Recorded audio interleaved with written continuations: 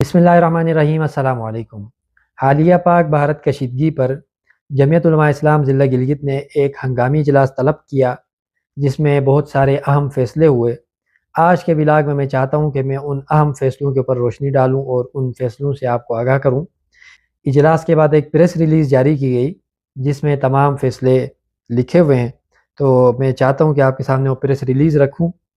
آج مورخہ 10 مئی 2025 بروز ہفتہ جمعیت علماء اسلام ضلع گلگت کا ایک ہنگامی اجلاس امیر جمعیت علماء اسلام ضلع گلگت محترم منہاج الدین کی صدارت میں مرکزی سیکریٹریٹ کشروٹ میں منعقد ہوا، جس میں صوبائی جنرل سیکریٹری محترم جناب بشیر احمد قریشی، صوبائی نائب امیر محترم جناب میر بہادر، ضلعی نائب امیر مولانا رحمت اللہ سراجی، ڈپٹی جنرل سیکریٹری مفتی یاسین اقبال مناوری، سیکریٹری مالیات فاروق احمد، تحصیل گلگت کے امیر مولانا محمد قاسم اور اراکین شورا یعنی مفتی آصف خطیب جامع مسجد جٹیال بالا، مفتی محمد زید خطیب جامع مسجد نپورہ بسین، مفتی محمد رفیع خطیب جامع مسجد یادگار کشروٹ سمیت دیگر ذمہ داران نے شرکت کی۔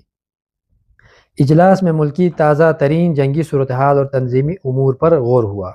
اجلاس میں جماعتی نظم کو مضبوط مؤثر بنانے کے لیے یہ فیصلہ کیا گیا کہ آئندہ جو ضلعی عہدیداران 2 دفعہ اجلاس سے غیر حاضر ہوں گے انہیں شوکاز نوٹس جاری کیا جائے گا۔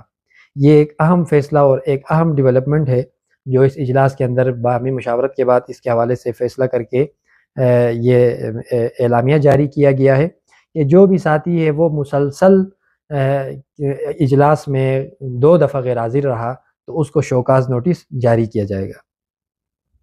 مزید یہ ہے کہ اجلاس میں تحصیل گلگت کی مجلس عمومی اور جنرل کونسل کا اجلاس مورخہ 18 مئی بروز اتوار اور ضلع گلگت کی جنرل کونسل کا اجلاس 25 مئی بروز اتوار کو طلب کیا گیا ہے، جس میں دونوں جنرل کونسلز کے ممبران کی شرکت کو لازمی قرار دیتے ہوئے تمام عہدیداران کو ابھی سے بھرپور تیاریوں کا حکم دیا گیا۔ اجلاس کے آخر میں مکمل اتفاق رائے سے درج ذیل قرارداد پاس کی گئی۔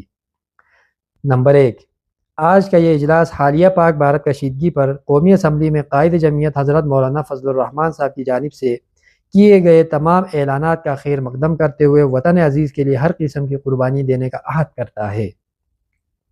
نمبر 2، آج کا یہ اجلاس حالیہ بھارتی جارحیت کے نتیجے میں باولپور، مرید کے آزاد کشمیر اور ملک کے دیگر شہروں میں شہید ہونے والے مظلوم نہت معصوم بچوں اور بزرگ شہریوں کی شہادت پر گہرے دکھ کا اظہار کرتے ہوئے افواج پاکستان سے پرزور مطالبہ کرتا ہے کہ وہ مذہبی طبقہ بالخصوص مدارس دینیہ کے تحفظ کو یقینی بنائیں۔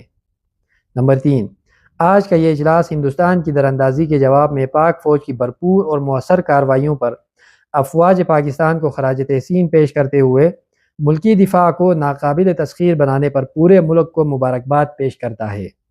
نمبر 4، آج کے اس اجلاس کے توسط سے ہم یہ باور کرانا چاہتے ہیں کہ مشکل کی اس گھڑی میں جمعیت علماء اسلام اپنی رضاکار تنظیم انصار الاسلام سمیت پاک فوج کے شانہ بشانہ کھڑی ہے اور شہری دفاع کے لیے جمعیت علماء اسلام کے تمام کارکن قائد جمعیت مولانا فضل الرحمان صاحب کے حکم پر ہمہ وقت تیار ہیں۔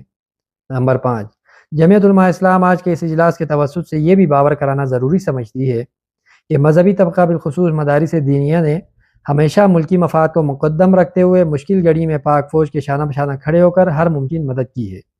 اس تناظر میں حکومت کو بھی چاہیے کہ وہ مدارس کے ساتھ عالمی دباؤ میں آ کر غیر مناسب رویہ رکھنے کے بجائے انہیں اپنا خیر خواہ سمجھتے ہوئے حسب وعدہ مدارس کے معاملات کو فوری حل کرے۔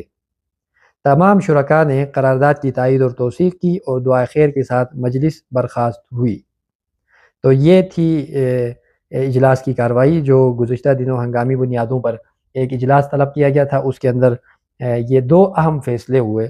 ایک تو یہ ہے جو بھی رکن جو ہے وہ اگر مسلسل 2 بار اجلاس میں غیر حاضر رہتا ہے تو اس کو شوکاز نوٹس جاری کیا جائے گا۔ دوسرا یہ ہے کہ جنرل کونسلز کا اجلاس طلب کیا گیا ہے اور اس اجلاس کو کامیاب بنانے کے لیے ابھی سے تیاریوں کا حکم دیا ہے، اور آخر میں جو قرارداد پیش کی گئی ہے وہ بھی آپ کے سامنے آ چکی ہے۔ جمعیت علماء اسلام ملک کی تعمیر و ترقی میں ہمیشہ اپنا کردار ادا کرتی رہی ہے۔ ہمیشہ سے قومی سلامتی کے اہم معاملات کے اوپر یکجہتی کا مظاہرہ کرتے ہوئے جمعیت علماء اسلام نے افواج پاکستان اور حکومت پاکستان کے ساتھ باوجود آپسی اختلافات کے اور مخالفتوں کے قومی ایشوز کے اوپر ہمیشہ یکجہتی کا مظاہرہ کیا ہے۔ اس بار بھی الحمدللہ ایک جو منظرنامہ قوم کے سامنے آیا ایک حالیہ کشیدگی کی شکل میں، تو اس میں بھی ضرورت اس عمل کی تھی کہ پوری قوم یکجا ہو جائے۔ تو الحمدللہ اس حوالے سے مولانا فضل الرحمان صاحب نے قومی اسمبلی کے اندر اپنی تقریر کے ذریعے سے قوم کو متحد اور یکجا کرنے میں کلیدی کردار ادا کیا ہے۔